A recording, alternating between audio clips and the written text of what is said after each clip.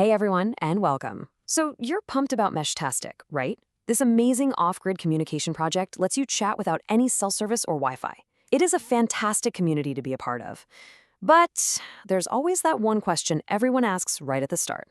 Which device should I buy? Well, today we're going to make that choice super simple. You're here, which means you're totally ready to jump in and build your own private, super resilient communication network. And that is awesome. But before you can send that first glorious off-grid message, there's one small but really important step we've got to take. And let's be real for a second. Staring at a website full of circuit boards with names like T-Beam, WizBlock, and Heltec, it can be a little intimidating. There are dozens of options, and honestly, it's probably the #1 thing that trips people up when they're new. But don't you worry.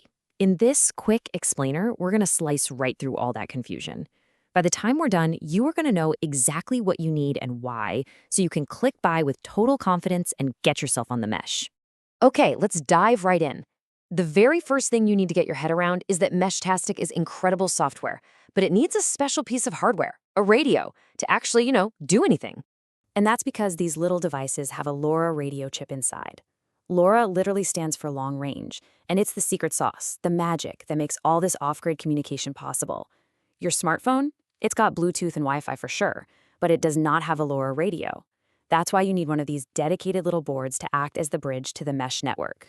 All right, this brings us to the big one. This is pretty much the most important decision you're going to make. It all comes down to the processor, or chip, that acts as the brain of the device. This one choice influences the cost, the features, and most importantly, the battery life.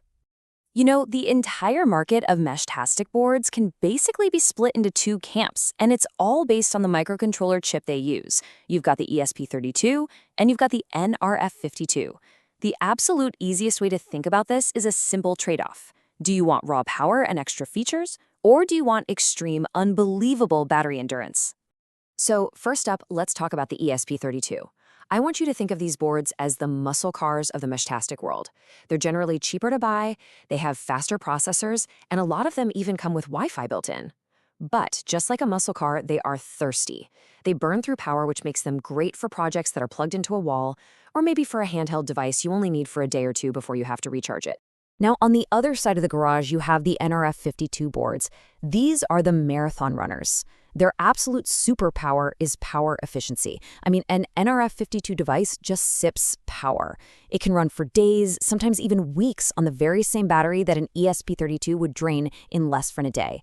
This makes them the undisputed champion for portable gear or for those remote solar-powered relay nodes that you just want to set up and forget about.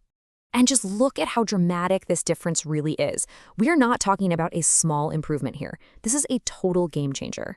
Based on a bunch of community testing with the exact same battery, an ESP32 device runs for, about 21 hours? But an NRF52 baseboard, 307 hours. That's almost 2 weeks. It is literally more than 10 times more efficient. It's crazy. Okay, so now that you get the core difference between the chips, the engine, so to speak, the next question is about how you're actually going to interact with your device. Let's talk form factor. The most common type of Meshtastic device you'll see out there is what we call headless. This is usually just a simple circuit board, maybe tucked into a little 3D printed case, with no screen or buttons. It connects to your smartphone over Bluetooth, and you use the Meshtastic app on your phone for everything: typing messages, seeing other people on the map, changing all the settings. Your phone becomes the interface for the radio. The other option, which is really cool, is a standalone device. These are all-in-one units like the LilyGo T-Deck that have a screen and a little keyboard built right in.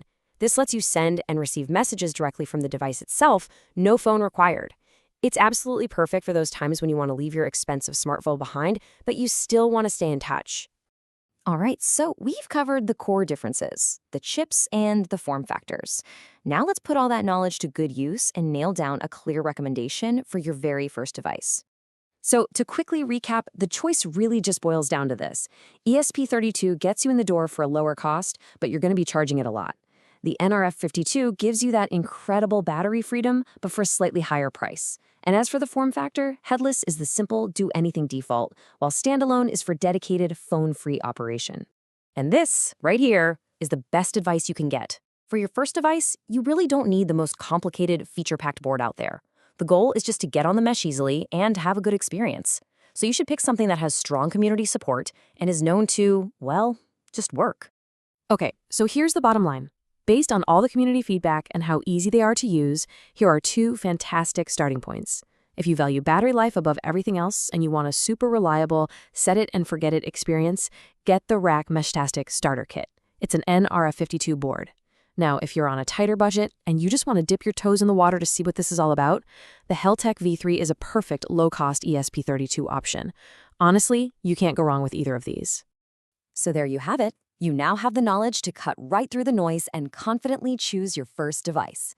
So the only question left is, what are you gonna do with it? Are you gonna build a solar-powered relay on a hilltop, a portable tracker for your hiking trips, or just a simple way to stay connected with your family when the grid goes down? The possibilities are endless. Welcome to the Mesh.